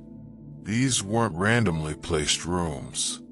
They were purpose-built workshops, storage spaces, shrines, apartments, and throne rooms, all arranged around a large central courtyard. It may have hosted public ceremonies or bull-leaping rituals. The palace was built on multiple levels, up to 4 or 5 stories tall in places, using natural slopes and artificial terraces. To navigate it without getting lost, you'd need memory, instinct, or a thread like Theseus. And yet, this apparent chaos hides remarkable intelligence. The Minoans mastered passive ventilation, cooling rooms through air shafts and open stairwells. They funneled rainwater through clay pipes and had toilets that flushed long before Rome made it fashionable. One of the most iconic areas is the so-called throne room, named for the alabaster chair built into the wall, flanked by benches. Around it are frescoes of griffins, mythical guardians. Was this the seat of a priest-king? A goddess's chamber? A sacred court? No one knows for certain. And the walls, they speak in color. Vibrant frescoes show dolphins swimming above bathtubs, women in elegant flounced skirts with bare chests, and youths leaping bulls midair. The art wasn't just decoration, it was identity, fluid, natural, deeply connected to earth and sea. Still, the deeper you go, the more Knossos begins to disorient. Some parts seem intentionally complex, like they were designed to confuse. Maybe that's the root of the labyrinth legend. Not a prison for monsters, but a palace that felt alive. A building that invited awe, ritual, and just a touch of fear. No locked doors, no mythical beasts. Just a place built to make you question where you were and what was waiting around the next corner. Knossos wasn't just an administrative center or a royal residence. It was a place of worship, an architectural expression of the Minoan soul, steeped in ritual, myth, and divine mystery. Unlike later Greek temples, there are no towering columns to Zeus or marble shrines to Athena. Instead, the spiritual world of Knossos is more subtle, woven into the fabric of the building itself. Shrines hide in corners. Pillars rise like sacred sentinels. Horns, stylized, carved, symbolic, appear on rooftops and altars. Everywhere you look, the bull motif dominates, suggesting a powerful connection between worship, the natural world, and this revered animal. The Minoans didn't seem to fear the bull, they celebrated it. The famous bull-leaping fresco in Knossos isn't just athletic art. It may depict a religious rite. Young men and women vaulting over a charging bull, locked in a dance of danger and grace. It wasn't sport. It was sacred theater, possibly an offering to the gods or a symbolic triumph over chaos. Then there are the snake goddesses. Discovered in storerooms beneath the palace, the snake goddess figurines are among the most iconic Minoan artifacts. Bare-breasted, arms raised, with serpents coiled in their hands or around their bodies. These figures radiate power. They are not submissive idols.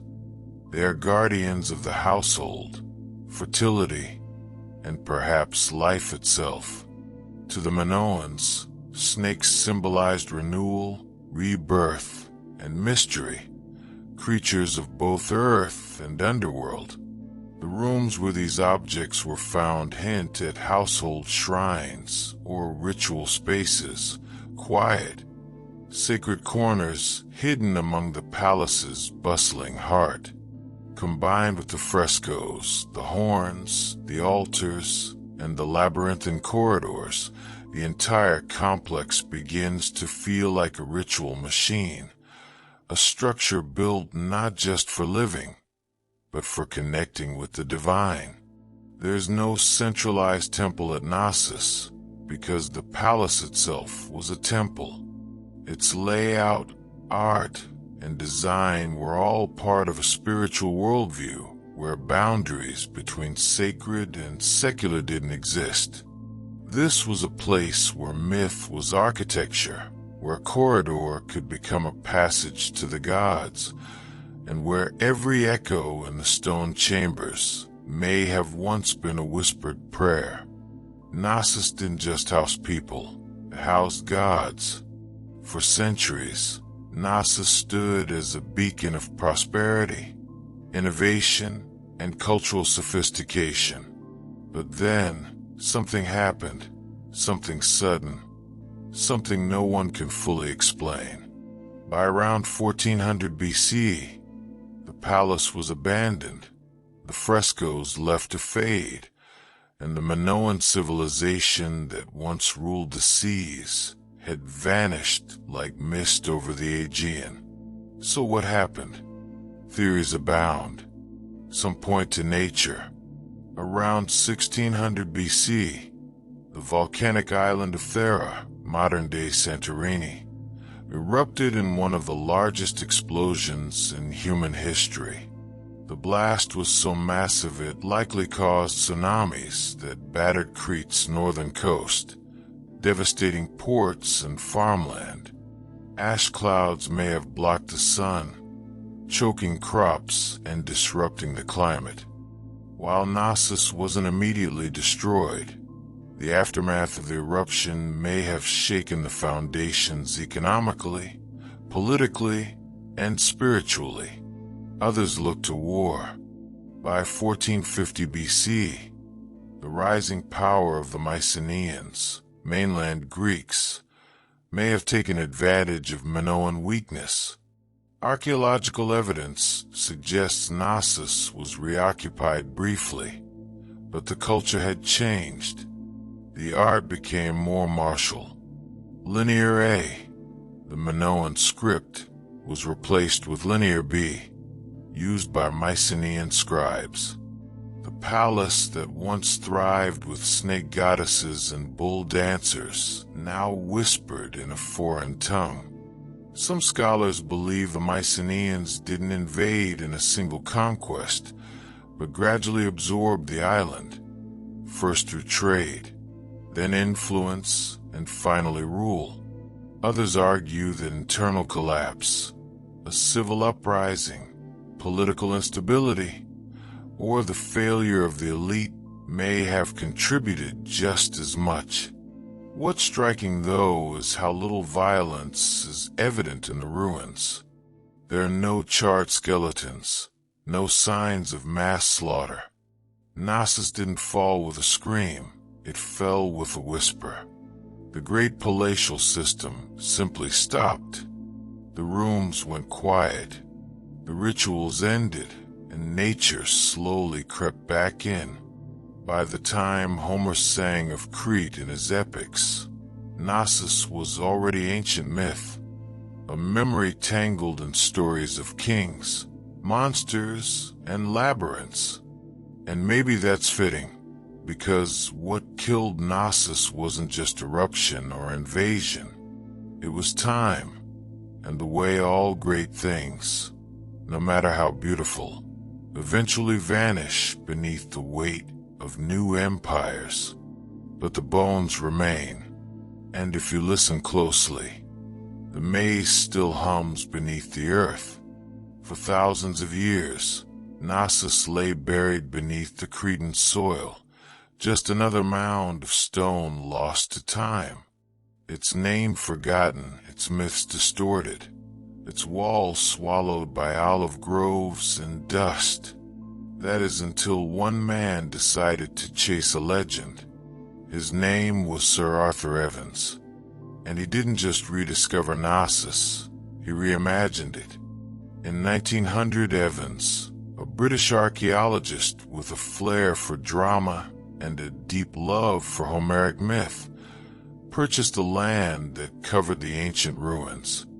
Local farmers had been finding strange seals and artifacts, clues that something enormous lay beneath their feet. Evans dug in. What he found would change the history of the Aegean forever. He uncovered a palace so vast, so complex, and so advanced that he was convinced this was the mythical home of King Minos. The frescoes, the horns, the sheer architectural strangeness of the site, it all pointed, in his mind, to one thing: the labyrinth. Evans wasn't just an archaeologist. He was a storyteller, and sometimes a controversial one. He named the people who built Knossos the Minoans after Minos. He interpreted symbols, reconstructed frescoes, and restored parts of the palace using reinforced concrete, a move that has drawn both praise and criticism. Some call it visionary, others call it vandalism, because what you see today at Knossos is partly ancient ruin and partly Edwardian imagination. Still, Evans did what no one else had dared. He brought Knossos back to life. He gave Europe a glimpse into a Bronze Age world far older than classical Greece, a civilization of art, mystery, and maritime elegance. He also unearthed the still undeciphered Linear A script, opening new questions about language, literacy, and the limits of our historical understanding. But Evans did more than excavate stone. He resurrected a myth and forced historians to reckon with the fact that behind the legend of the labyrinth was something real, something complex, something very human. A palace that felt like a maze, a civilization that slipped into shadow, and a man who peeled back the earth, only to discover a story far stranger and more beautiful than he had imagined. Knossos had slept for 3,000 years. Evans rang the bell that woke it up. Walk through Knossos, and you're not just walking through architecture. You're walking through a language of symbols. Frescoes, carvings, patterns, they're everywhere. But the Minoans didn't leave us a Rosetta Stone. Their primary script, Linear A, remains undeciphered. So instead of reading their thoughts, we must see them painted across plaster, carved into walls, and hidden in patterns. What exactly were they trying to say?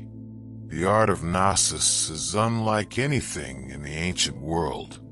There's no obsession with warfare, no rows of kings or battle-hardened heroes. Instead, we find nature, leaping dolphins, blooming lilies, birds in flight, and sacred bulls. The humans are alive, elegant, and often dancing or performing rituals. Even in scenes that suggest danger, there's rhythm and beauty. The Minoans weren't chronicling conquests. They were celebrating life cycles and possibly cosmic order. The most iconic symbol, though, is the double axe or labrys, found throughout Knossos in shrines, on frescoes, even etched into stones. The double axe is believed to be a religious symbol, possibly tied to female divinity or celestial cycles. Some suggest the very word labyrinth might derive from labrys, making the labyrinth not a maze at all, but a house of the double axe, a sacred space, not a trap. Then there are the horns of consecration, stylized bull horns placed atop walls and altars. These may have been religious markers, separating sacred space from the mundane. Combined with frequent depictions of bulls and bull-leaping rituals, it's clear the animal had deep spiritual significance. Whether it represented nature, fertility, chaos, or a divine presence, no one agrees. But the bull is everywhere. Even the layout of Knossos may have symbolic meaning. Some archaeologists believe it was built not just for function, but to mirror celestial or seasonal patterns. Its winding corridors and nested rooms could represent a journey through life, through death, through the underworld, a spiritual maze, not a physical prison. But without a deciphered script, every theory walks a thin line between insight and imagination. The Minoans spoke in symbols, not stories, and so we're left to interpret.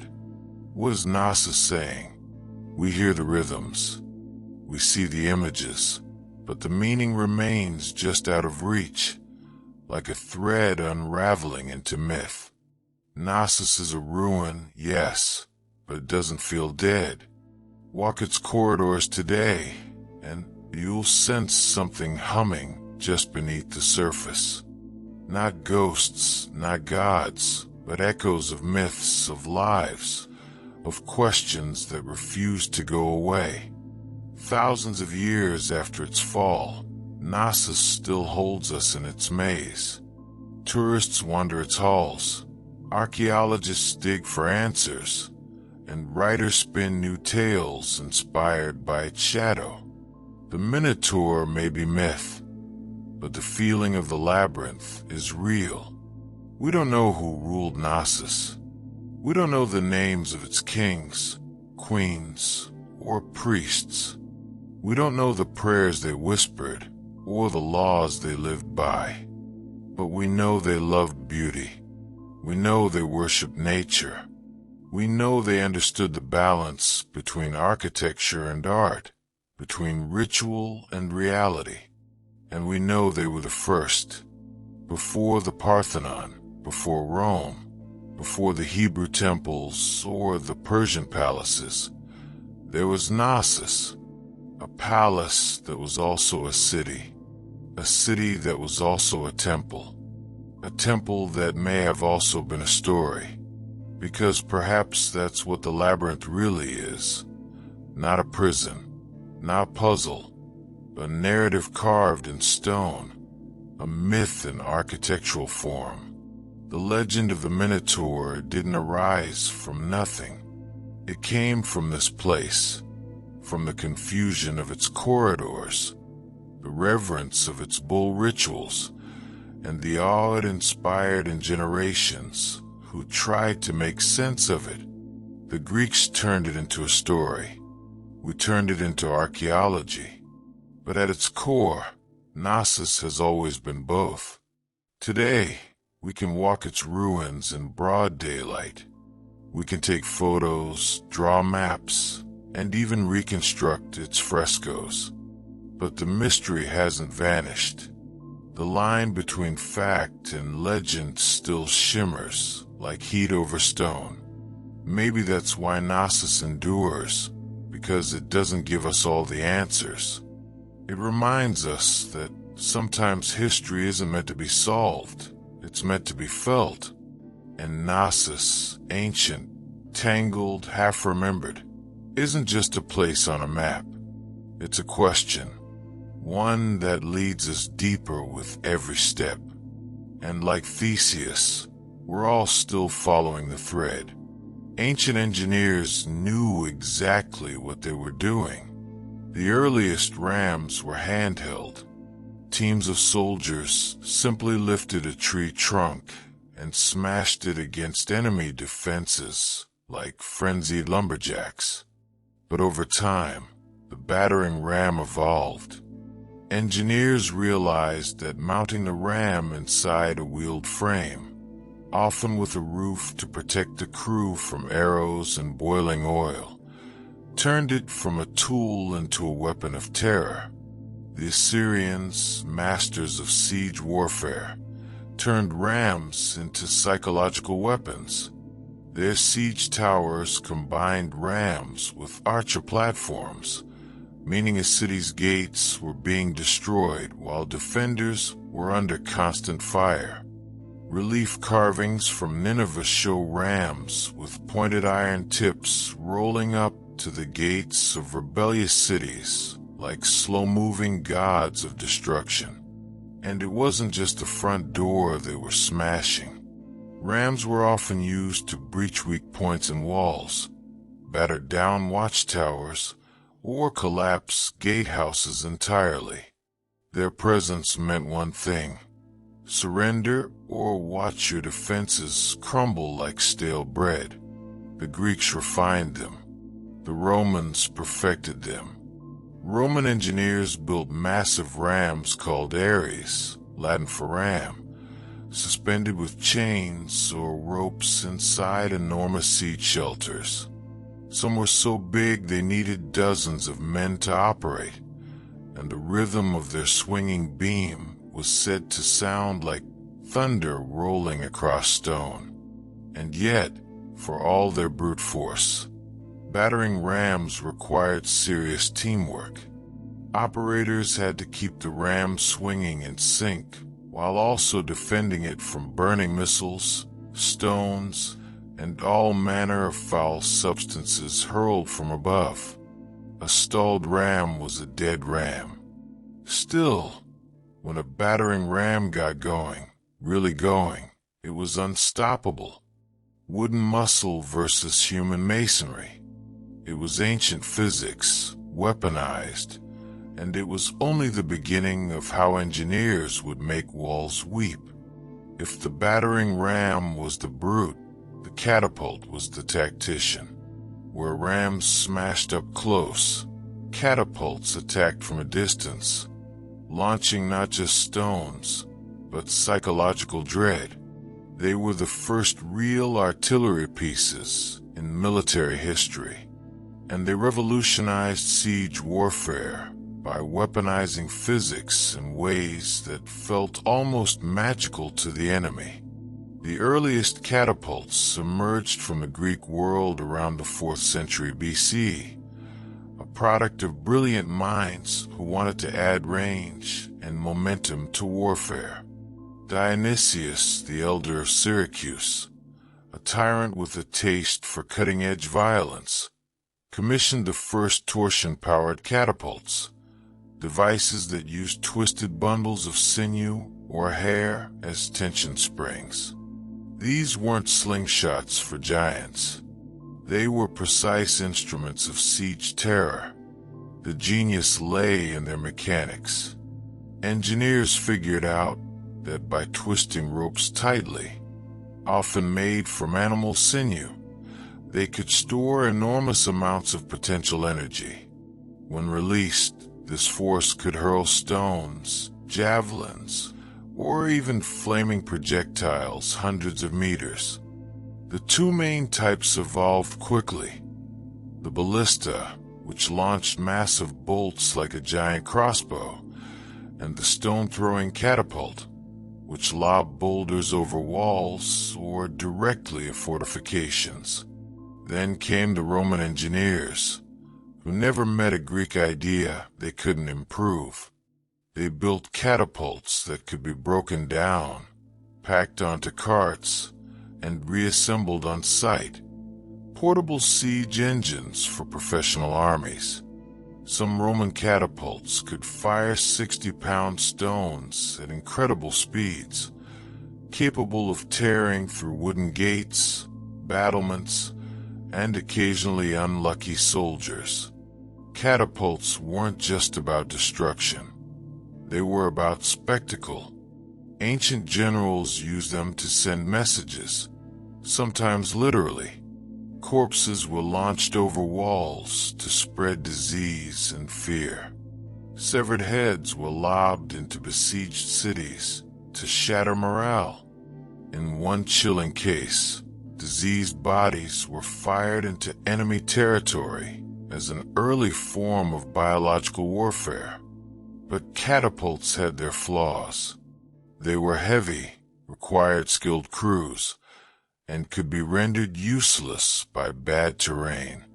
Still, when set up properly, they could batter a city into submission from a safe distance.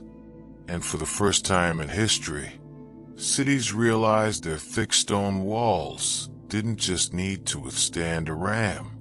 They had to survive the skies, because now destruction came flying.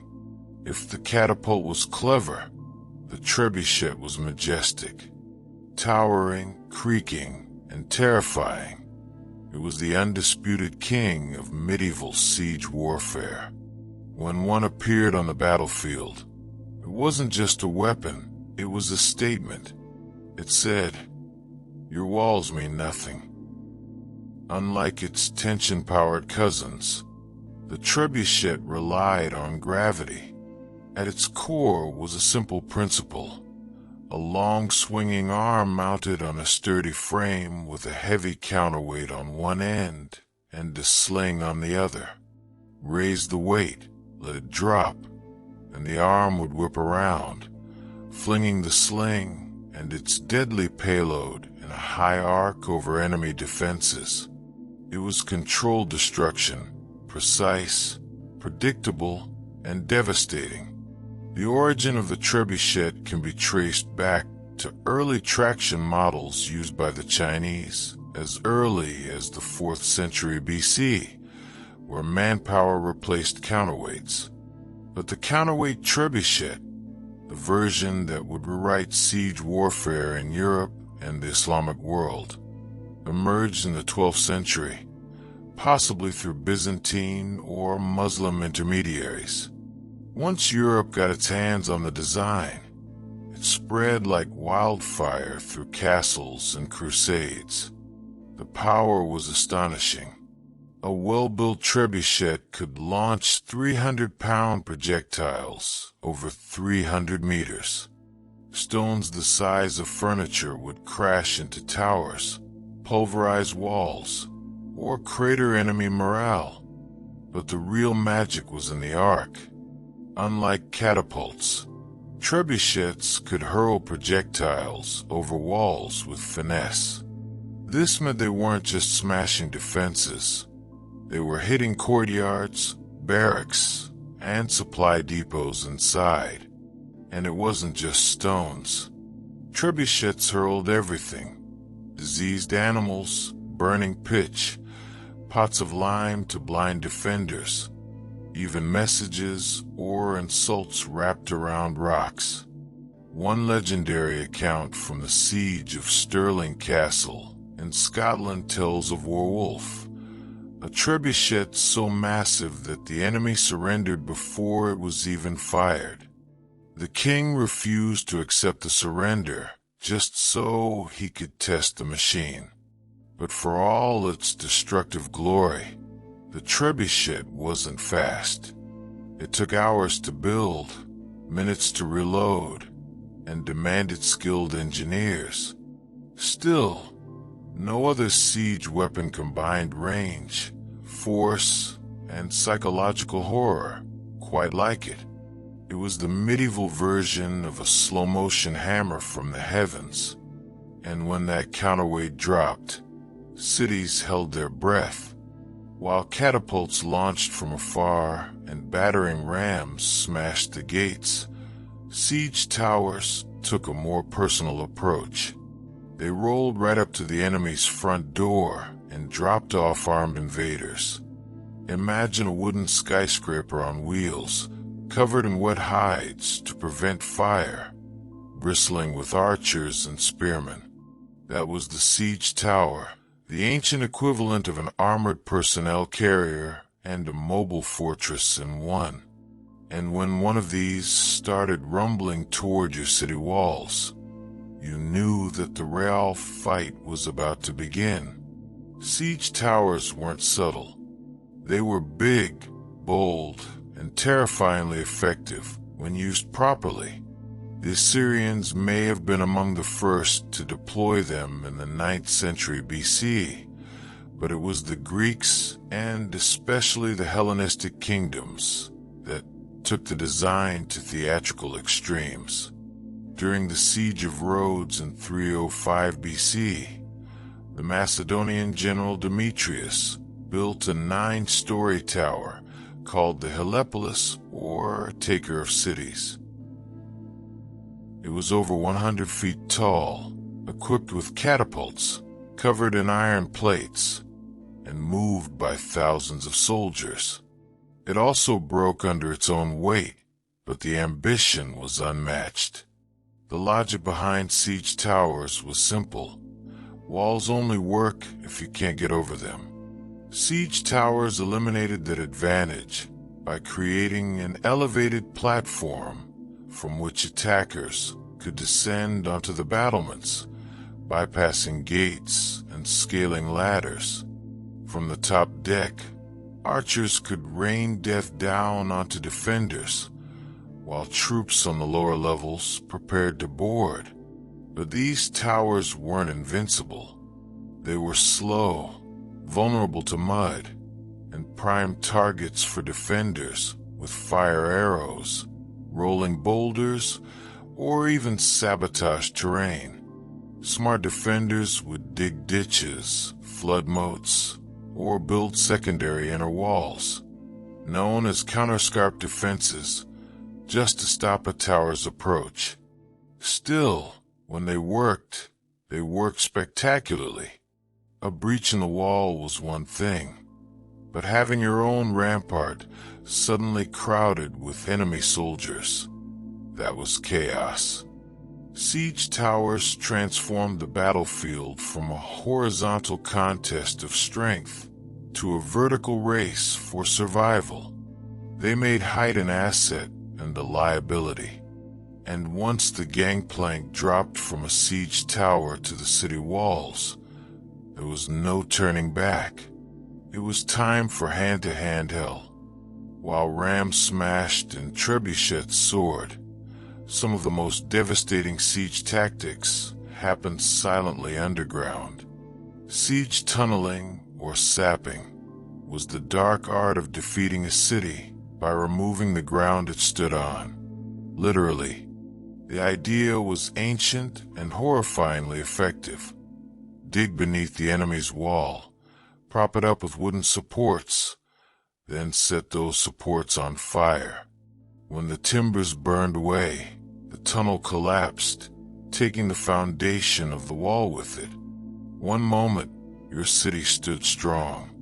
The next, a massive section of the outer wall crumbled like stale bread. This method didn't look glorious. There were no grand engines or thunderous launches, but tunneling was the slow, invisible killer of fortress warfare. The Syrians practiced early versions of it, but the technique reached full maturity with the Greeks, Persians, and later medieval European armies. During the siege of Plataea in 429 BC, the Spartans attempted tunneling beneath the walls, only for the defenders to dig counter-tunnels and intercept them mid-dig, turning the soil into a knife-fight nightmare. This defensive tactic became known as countermining, and it added an eerie element to siege warfare. Imagine soldiers digging in pitch black, hundreds of feet beneath the earth, listening for the sound of enemy picks. The moment they heard tapping, they'd race to intercept, often resulting in violent, claustrophobic skirmishes fought by torchlight with knives and shovels. There was no glory in it, just terror, suffocation, and dirt. But when undermining worked, the results were catastrophic. One of the most infamous examples came in 1212 during the siege of Rochester Castle in England. King John's forces tunneled beneath the southern wall, packed the mine with pig fat, and set it ablaze. The supports collapsed, bringing down the entire tower above. The defenders were stunned and soon after surrendered. By the 13th century, siege engineers became specialists in identifying weak foundations, measuring the soil's behavior, and planning collapses with terrifying precision. They were geologists and demolitionists rolled into one, and though tunneling required time, labor, and a bit of madness, it proved one truth about siege warfare. If you couldn't go over the wall and you couldn't go through it, you could always take it down from below. Not all the drama of siege warfare came from the attackers. For every ram built or tower rolled forward, defenders had their own deadly tricks. And sometimes those tricks were hot. Let's start with the most terrifying of them all, Greek fire. Developed by the Byzantines around 7th century CE, Greek fire was a mysterious napalm-like substance that could stick to ships, walls, and flesh and kept burning even on water. Sprayed from siphons or hurled in clay pots, it created scenes of pure chaos. To this day, no one knows exactly how it was made. The formula was so secret that it died with the empire, but its effects were legendary. Entire fleets were reduced to flaming skeletons within minutes, and that was just the start. In more low-tech defenses, boiling liquids were the go-to weapons of choice. Boiling water, oil, or sand would be poured from murder holes, those quaint openings in the ceilings of gateways or towers, directly onto invaders below. Oil was especially feared. Unlike water, It clung to skin, soaking into clothes and armor before being set alight. Imagine climbing a siege ladder only to be greeted with fire you could never put out. Hot sand, though less dramatic, was vicious in its own right. It would slip into the gaps of armor, especially around the neck or wrists, causing second and third-degree burns as it cooked the flesh beneath. It didn't look impressive from a distance, but it turned bold warriors into screaming wrecks in seconds. Defenders also relied on the good old laws of physics. Gravity became a weapon. Giant stones, logs, or even dead animals were dropped from parapets onto siege engines or dense formations of troops. The goal wasn't just to kill. It was to break the machines and morale at once. And then there were traps. Hidden pits, collapsing bridges, spiked barricades. Castles became puzzles of pain designed to slow, confuse, and punish. All of this served one purpose: delay. Every minute a wall held was a minute closer to enemy supply lines running thin, to disease spreading in camps, or to reinforcements arriving. Siege warfare was a game of attrition, and while the attackers had physics on their side, the defenders had creativity and a whole lot of boiling rage. In siege warfare, raw destruction was only half the goal. The other half was psychological domination, breaking the will of the defenders before the walls even came down. Siege weapons weren't just tools of war. They were massive, creaking, flaming symbols of doom.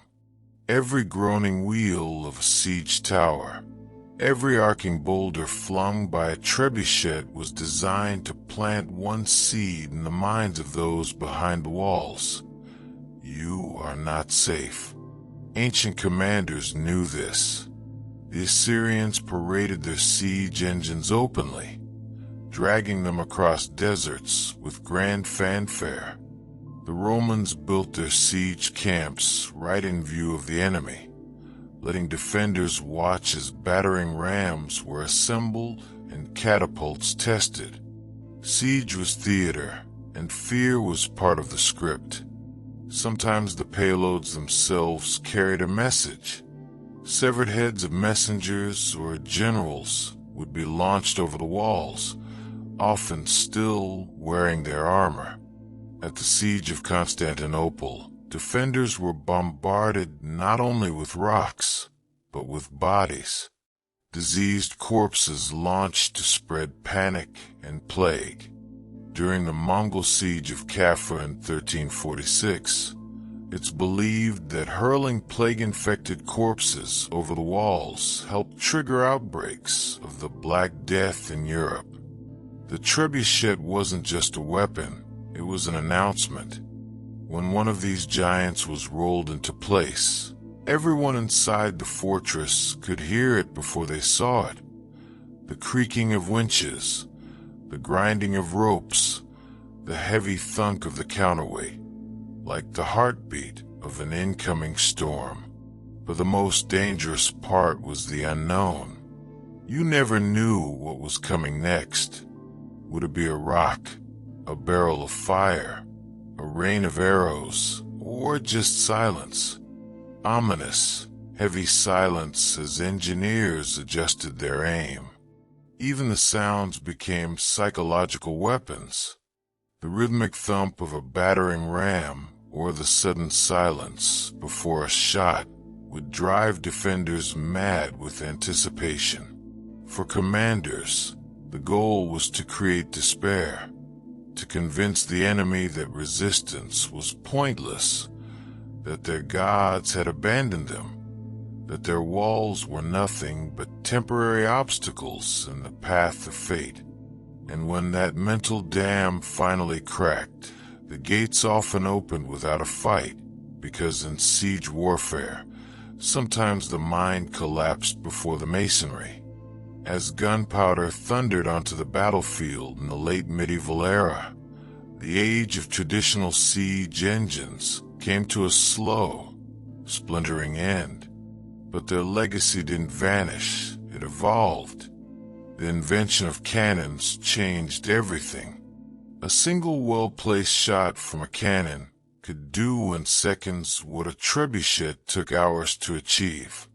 Stone walls, once considered impenetrable, became liabilities. By the 15th century, the great castles of Europe were crumbling, not from undermining or fire, but from iron balls crashing through their parapets. Siege warfare had entered its next phase, explosive, brutal, and deafening. And yet, the principles laid down by ancient siege engineers never disappeared. Modern artillery still owes a debt to the catapult and trebuchet. Every ballistic missile and long-range howitzer is just a high-tech descendant of the same question.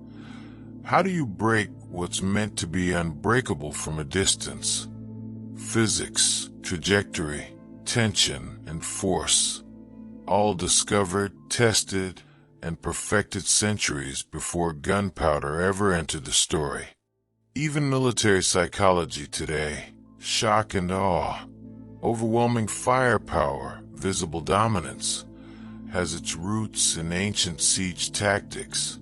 Those towering siege engines rolling forward with flags snapping in the wind were the original shock and awe. They weren't just about breaching a wall. They were about breaking the spirit of a city. You can still see their legacy etched into the ruins of ancient cities. At Masada, where Roman siege ramps still scar the desert.